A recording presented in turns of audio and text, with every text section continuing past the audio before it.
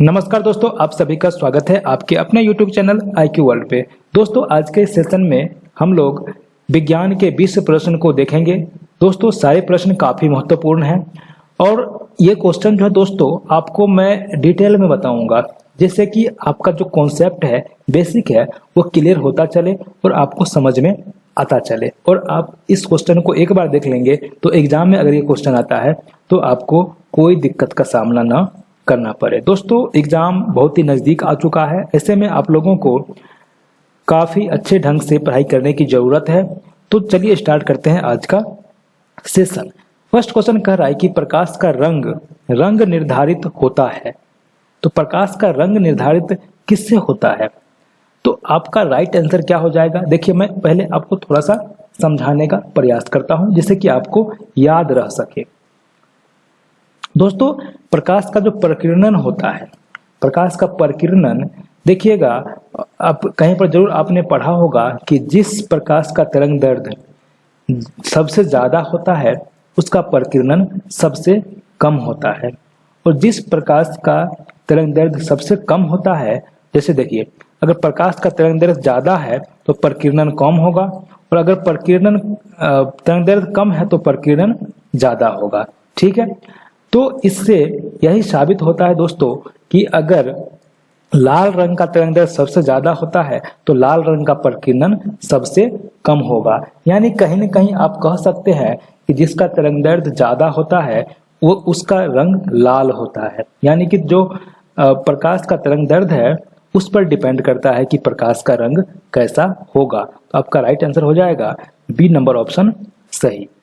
ठीक है, यानी कि प्रकाश का रंग निर्धारित होता है उसके तरंग दैर्ध्य से। ठीक है, याद रहेगा आपको। 72 नंबर क्वेश्चन देखिए, इसमें क्या कह रहा है, निम्नलिखित पर विचार कीजिए। 1 नंबर में है थर्मोकॉल, 2 नंबर में है वायु, 3 नंबर में मानव शरीर और 4 नंबर पे एल्यूमिनियम की पत्ती। उपरोक्त में से कौन सा या से विद्युत का चालक का उदाहरण है?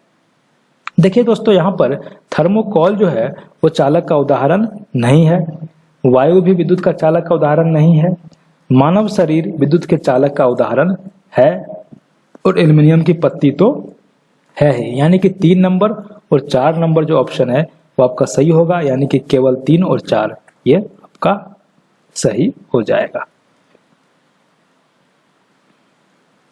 73 नंबर क्वेश्चन देखिए, इसमें कह रहा है कि सार्वत्रिक गुरुत्वीय स्थिरांक यानी कैपिटल जी का मान निम्नलिखित में से क्या होता है? देखिए, गुरुत्वाकर्षण चैप्टर में आप पढ़े होंगे, एक कैपिटल जी होता है, एक स्मॉल जी होता है। ठीक है, स्मॉल जी का मान होता है 9.8 मीटर पर सेकेंड स्क्वायर। ठीक है, ये आपने जरूर देखा होगा। और कैपिटल जी का जो मान होता है दोस्तों वो क्या होता है, 6.67 इंटू 10 टू द पावर -11। ठीक है, यानी कि बी नंबर ऑप्शन आपका सही हो गया। और इसका मात्रक क्या होता है दोस्तों? मात्रक देखिए, मैं आपको बता दूं कि मात्रक जो होता है, जैसे गुरुत्वाकर्षण बल का फॉर्मूला होता है F बराबर कैपिटल G m1 m2 बट्टा r स्क्वायर। ये चीज आपको जरूर पता होगा कि गुरुत्वाकर्षण बल का फॉर्मूला क्या होता है, F बराबर G m1 इंटू m2 बट्टा r स्क्वायर। यहाँ से अगर आप G का मान निकालिएगा तो क्या हो जाएगा, F r स्क्वायर बट्टा m1 इंटू m2। ठीक है, F का होगा न्यूटन, R का होगा मीटर, न्यूटन मीटर स्क्वायर पर kg स्क्वायर। ठीक है, तो यहाँ पर 6.673 इंटू 10 टू द पावर कितना हो जाएगा, 10 to the power -11 newton metre square प्रति kg स्क्वायर। ठीक है, ये इसका मात्रक हो जाएगा। उम्मीद करता हूं आपको ये चीज आपको समझ में आ गया होगा। चलिए नेक्स्ट क्वेश्चन देखते हैं। इसमें कह रहा है कि निम्नलिखित में से कौन सा एक पृष्ठ तनाव का परिणाम नहीं है? देखिए दोस्तों, पृष्ठ तनाव क्या होता है? तो पृष्ठ तनाव होता है दोस्तों जल का जो पृष्ठ होता है, जैसे ये जल का पृष्ठ है, तो जल के पृष्ठ पर जल का जो बिंदु होता है, तो जल का जो बूंद होता है, कण और अणु, वो एक दूसरे की ओर आकर्षित होता रहता है। ठीक है, जिससे जल क्या चाहता है कि उसका जो सतह है ऊपरी सतह उसका एरिया कम से कम हो जाए। और आपको पता है कि जो शेप होता है जैसे कि घन, घनाभ, शंकु, गोला, तो इस सब में से गोला का जो क्षेत्रफल जो होता है दोस्तों वो सबसे कम होता है। तो पानी की बूंद जो है वो गोलाकार अवस्था में पाई जाती है, क्योंकि जो बाहरी सतह, पानी का जो बाहरी सतह है वो चाहता है कि उसका एरिया कम से कम रहे, इसी के लिए जो है पानी का बूंद गोल हो जाता है। ठीक है, देखिए वर्षा की लगभग गोलाकार बूंद, ये भी पृष्ठ तनाव का कारण होता है। कोशिकीय उन्नयन, यानी कि जैसे किसी तत्व का जो कैपिलरी ट्यूब होता है उसमें जैसे ही ऊपर पानी आता है तो पानी ऐसे ऊपर तरफ उठा रहता है। ठीक है, ये भी जो है सो पृष्ठ तनाव के कारण ही होता है। किसी द्रव का प्रवाह जो है दोस्तों ये पृष्ठ तनाव के कारण नहीं होता है, यानी कि यहाँ पर परिणाम नहीं पूछ रहा है, तो आपका राइट आंसर हो जाएगा सी नंबर ऑप्शन। चलिए नेक्स्ट क्वेश्चन देखते हैं। पत्थर के एक टुकड़े को डोरी से बांधकर आर त्रिज्या की वृत्तीय कक्षा में घुमाया जाता है। जैसे देखिए ये डोरी है, यहाँ पर ये पत्थर का टुकड़ा है, इसको वृत्तीय कक्षा में ऐसे घुमा रहे हैं। ठीक है, वृत्तीय कक्षा में इसको घुमा रहे हैं, इसको डोरी में बांध के पत्थर को। आगे कह रहा है कि जिसके केंद्र पर डोरी का दूसरा सिरा है, एक सिरा यहाँ बंधा हुआ है, एक सिरा जो है सो इसके वृत्त के केंद्र पर है। यदि डोरी टूटती है तो क्या होगा? देखिए दोस्तों, अगर डोरी यहाँ से टूट जाती है तो ये गोल नहीं घूमेगा, न ही ये अंदर तरफ आएगा, न ही ये बाहर तरफ जाएगा। ये जाएगा किधर दोस्तों? ये जाएगा इधर जाएगा, यानी कि जो स्पर्श रेखा है, वृत्त का जो स्पर्श रेखा है उसके दिशा में ये गोला चला जाएगा। अगर यहाँ पर टूटता है गोला तो इधर जाएगा, यहाँ टूटता है तो इधर जाएगा, यहाँ टूटता है तो इधर जाएगा। ठीक है, इसलिए आपको समझ, यहाँ टूटता है तो इधर जाएगा, तो हमेशा जो है स्पर्श रेखा की ओर जाता है। तो आपका सी नंबर ऑप्शन सही हो जाएगा, एक स्पर्श रेखा के अनुदिश चलेगा। चलिए नेक्स्ट क्वेश्चन देखते हैं। बहुत सी कारों के इंजन की अपशिष्ट गैसों को, देखिए बहुत सी कार के इंजन होती है उसमें से अपशिष्ट गैसें निकलती है, को उत्प्रेरकी परिवर्तन, यानी जो उत्प्रेरक होता है वह परिवर्तन करके कार्बन डाइऑक्साइड, नाइट्रोजन और पानी में परिवर्तित कर देता है। जैसे कार्बन मोनोऑक्साइड अगर कार के इंजन से निकल रहा है तो कार के इंजन में जो उत्प्रेरक होता है वह उसको कार्बन डाइऑक्साइड, नाइट्रोजन, पानी आदि में परिवर्तित कर देता है, जिसके कारण प्रदूषण कम से कम हो। तो इसमें जो कार के इंजन में जो उत्प्रेरक होता है उसमें क्या मौजूद होता है, उत्प्रेरक किससे बना होता है, ये क्वेश्चन आपका पूछा जा रहा है। तो राइट आंसर इसका हो जाएगा प्लेटिनम और रेडियम का बना होता है, प्लेटिनम और रेडियम का बना होता है, इसको याद कर लीजिएगा आप लोग। नेक्स्ट क्वेश्चन देखते हैं। देखिए कह रहा है कि निम्नलिखित में से कौन भौतिक प्रक्रिया नहीं है? भौतिक प्रक्रिया नहीं यानी रासायनिक प्रक्रिया कौन है वो पूछा जा रहा है। तो फलों का पकना जो है दोस्तों ये एक रासायनिक प्रक्रिया है। देखिए भौतिक प्रक्रिया में क्या होता है, भौतिक जो होता है वो प्रक्रिया में क्या होता है कि अगर एक बार जो चेंजिंग है वो हो गया तो वो दोबारा भी जो इनिशियल रूप में था, प्रारंभिक अवस्था में था, वो आ सकता है, उसको बोलते हैं भौतिक परिवर्तन। और रासायनिक परिवर्तन में क्या होता है दोस्तों कि अगर एक बार कोई चेंजिंग आ गया तो दोबारा वह प्रारंभिक अवस्था में नहीं आ सकता है। जैसे एक बार अगर फल पक गया दोबारा उसको कच्चा नहीं कर सकते हैं। ठीक है, तो ये हो गया फलों का पकना, आपका राइट आंसर हो जाएगा।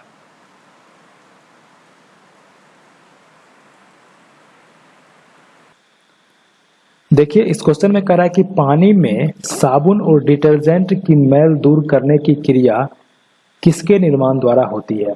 तो पानी में साबुन और डिटर्जेंट की जो मैल है दूर करने की क्रिया जो है दोस्तों वो मिसेल के निर्माण के कारण होता है। मिसेल का निर्माण होता है और मिसेल में फंस करके जो मैल होता है कपड़े का वो निकल जाता है।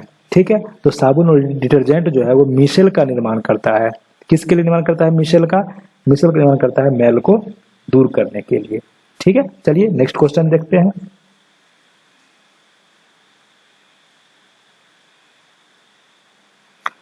देखिए इस क्वेश्चन में कह रहा है कि निम्नलिखित में से कौन सा एक धोने के सोडा वॉशिंग सोडा का रासायनिक सूत्र है। देखिए दोस्तों, वॉशिंग सोडा का रासायनिक सूत्र क्या है?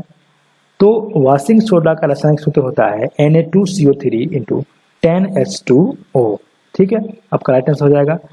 वॉशिंग सोडा का क्या होता है? Na2CO3 into 10H2O। इसका रासायनिक नाम क्या होता है? सोडियम कार्बोनेट, सोडियम कार्बोनेट और डेकाहाइड्रेट,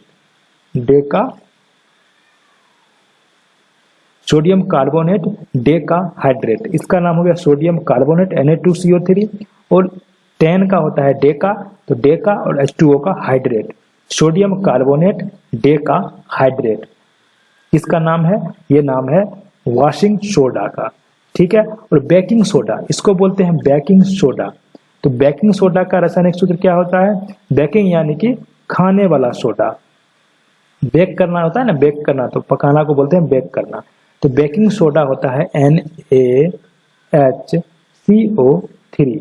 ये भी सोडियम कार्बोनेट है, लेकिन अगर बीच में हाइड्रोजन लग गया है तो इसको बोलते हैं सोडियम बाइकार्बोनेट। सोडियम बाइकार्बोनेट को बोलते हैं बेकिंग सोडा यानी खाने वाला सोडा, और धोवन सोडा यानी कि धोने का सोडा, वॉशिंग सोडा, इसका होता है सोडियम कार्बोनेट डेकाहाइड्रेट। अगर बाई लग गया तो वहां पर हो जाता है बेकिंग सोडा। बाई मतलब बेकिंग सोडा। ठीक है, चलिए नेक्स्ट क्वेश्चन देखते हैं। निम्नलिखित में से कौन सा एक त्रिअक्षारकी अम्ल है? ठीक है, त्रिक्षारकी अम्ल कौन सा है? देखिए दोस्तों, त्रिक्षारकी अम्ल जो होता है दोस्तों, जिसमें से 3 हाइड्रोजन जो आयन है वो निकलता है, तो उसको बोलते हैं त्रिक्षारकी अम्ल। जैसे देखिए HCl हाइड्रोक्लोरिक अम्ल का फॉर्मूला होता है HCl, तो इसमें से एक हाइड्रोजन प्लस निकलेगा, तो यहाँ पर त्रिक्षारकी नहीं होगा। त्रिक्षारकी यानी कि 3 हाइड्रोजन प्लस जो है वो निकलना चाहिए। नाइट्रिक अम्ल, नाइट्रिक अम्ल का होता है क्या? HNO3, HNO3। ठीक है, तो यहाँ पर भी आप देख रहे हैं कि यहाँ पर एक ही हाइड्रोजन निकलेगा। सल्फ्यूरिक अम्ल H2SO4, यहाँ पर 2 है, अब 2 होगा, ये भी नहीं होगा, तो आपका राइट आंसर हो जाएगा फास्फोरिक अम्ल। फास्फोरिक अम्ल त्रिक्षारकी अम्ल है। ठीक है, क्योंकि दोस्तों यहाँ पर फास्फोरिक अम्ल का फॉर्मूला होता है H3PO4, तो यहाँ पर देख रहे हैं कि 3 है, तो यहाँ पर इसी का जो है त्रिक्षारकी अम्ल हो जाएगा। ठीक है, चलिए नेक्स्ट क्वेश्चन देखते हैं। आप देखिए यहाँ पर सूची दिया हुआ है, सूची 1 और सूची 2। ठीक है, सूची 1 में है अमाशय। तो अमाशय क्या है दोस्तों? ये अम्ल का निर्मोचन करता है। अमाशय जो है अम्ल का निर्मोचन करता है। यहाँ पर विभिन्न प्रकार के अम्ल यहाँ से निकलते हैं। छोटी आंत में क्या होता है? तो पचे भोजन का रुधिर वाहिकाओं में अवशोषण होता है छोटी आंत में। ठीक है, बड़ी आंत में जल का अवशोषण होता है, और यकृत जो है तो शरीर की सबसे बड़ी ग्रंथि है, यकृत यानी कि लीवर। तो A का 4, देखिए यहाँ पर कौन सा ऑप्शन सही हो जाएगा? A का 4, B का 2, C का 3 और D का 1, यानी कि B नंबर ऑप्शन आपका सही हो जाएगा। ठीक है, चलिए अब नेक्स्ट क्वेश्चन देखते हैं। एक व्यक्ति डायबिटीज से पीड़ित है। ठीक है, एक व्यक्ति जो डायबिटीज से पीड़ित है, व्यक्ति का निम्न में से कौन सा अंग ठीक प्रकार से कार्य नहीं कर रहा है? तो व्यक्ति डायबिटीज से पीड़ित है, यानी कि दोस्तों व्यक्ति का जो अग्न्याशय वो सही तरीके से काम नहीं कर रहा है, क्योंकि दोस्तों अग्न्याशय का बीटा कोशिका है, बीटा कोशिका, तो बीटा कोशिका से ही क्या निकलता है? अग्न्याशय के बीटा कोशिका से ही इंसुलिन निकलता है। ठीक है, तो इंसुलिन निकलता है जो रक्त में जो शर्करा की मात्रा है उसको नियंत्रित करता है। तो अगर अग्न्याशय के बीटा कोशिका से इंसुलिन का निकलना बंद हो जाए या कम हो जाए तो रक्त में शर्करा की मात्रा बढ़ जाती है, जिसको कि डायबिटीज कहते हैं। यानी कि इसका आंसर हो जाएगा कि अगर व्यक्ति डायबिटीज से पीड़ित है तो व्यक्ति का निम्न में से कौन सा अंग ठीक प्रकार से कार्य नहीं कर रहा है, तो ये अग्न्याशय हो जाएगा। ठीक है, चलिए नेक्स्ट क्वेश्चन देखते हैं। देखिए माइकोबैक्टीरियम इंडिकस प्राणी, माइकोबैक्टीरियम इंडिकस प्राणी जो है MIP वैक्सीन निम्नलिखित में से किस रोग से संबंधित है? तो माइकोबैक्टीरियम इंडिकस प्राणी जो MIP वैक्सीन है वो संबंधित है कुष्ठ रोग से। ठीक है, आप लोग याद कर लीजिएगा इसको। निम्नलिखित में से कौन सी पादप गतिविधियों तापमान में परिवर्तन से प्रभावित नहीं होती है? कौन सी पादप गतिविधि जो है दोस्तों वो तापमान में परिवर्तन से प्रभावित नहीं होती है? तापमान में परिवर्तन से प्रकाश संश्लेषण भी प्रभावित नहीं होती है, श्वसन पर भी कोई प्रभाव नहीं पड़ता है, खनिजों का जो अवशोषण है इस पर भी कोई प्रभाव नहीं पड़ता है। तो आपका राइट आंसर हो जाएगा उपयुक्त में से कोई नहीं। मानव शरीर के कौन से अंग में लसिका कोशिकाएं बनती है? तो मानव शरीर के कौन से अंग में लसिका कोशिकाएं बनती है? दोस्तों लसिका कोशिका जो दोस्तों वो तिल्ली में बनती है। मानव शरीर के तिल्ली में लसिका कोशिकाओं का निर्माण होता है, आप लोग इसको ध्यान में रखिएगा। निम्न में से कौन सा पहले नियत क्रमिकता को भंग करता है? नियत क्रमिकता को कौन भंग करता है? देखिए दोस्तों निषेचित अंडा, जैसे ही अंडा का निषेचन होता है तो फिर वो भ्रूण बनने के लिए तैयार हो जाता है। तो नियत क्रमिकता को भंग कौन करता है? निषेचित अंडा। आपका राइट आंसर होगा निषेचित अंडा। 87 नंबर क्वेश्चन देखिए, शरीर में यूरिया बनती है, तो शरीर में यूरिया किस से बनती है? तो दोस्तों शरीर में यूरिया जो बनती है वो बनती है ऑर्निथिन चक्र से। शरीर में जो यूरिया बनती है किस चक्र से बनती है? ये ऑर्निथिन चक्र से शरीर में यूरिया का निर्माण होता है, ध्यान में रखिएगा। CSIR द्वारा विकसित ओनीर क्या है? CSIR ने बनाया है एक ओनीर यंत्र बनाया है। तो ओनीर यंत्र का क्या काम है? दोस्तों इसका काम है जल का शोधन करना। ठीक है, जल का शोधन करना है ओनीर यंत्र का काम है। नेक्स्ट क्वेश्चन देखते हैं, निम्नलिखित में से किस तिलहन के पौधे की किस्म का उपयोग बायोडीजल के उत्पादन में किया जाता है? दोस्तों बायोडीजल के उत्पादन में रतनजोत पौधे का उपयोग किया जाता है, यानी जटरोफा का उपयोग बायोडीजल के निर्माण में किया जाता है।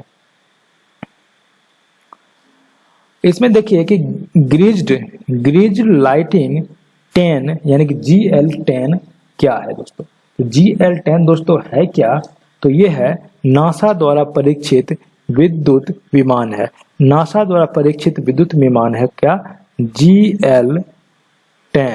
GL10 जो है नासा द्वारा परीक्षित विद्युत विमान है, जिसको कि जी का मतलब होता है ग्रीज्ड और L का मतलब होता है लाइटनिंग। ठीक है, ग्रीज्ड लाइटनिंग 10 जो है वो नासा द्वारा परीक्षित विद्युत विमान है। ठीक है दोस्तों, तो आज के लिए बस इतना ही दोस्तों। अगर आप भी चाहते हैं कि डेली आपको मैथ और साइंस का वीडियो मिलता रहे तो चैनल को सब्सक्राइब करके वीडियो को लाइक और शेयर जरूर कर दीजिएगा। ठीक है दोस्तों, चलिए फिर मिलते हैं नए वीडियो में। Bye bye, take care, best of luck.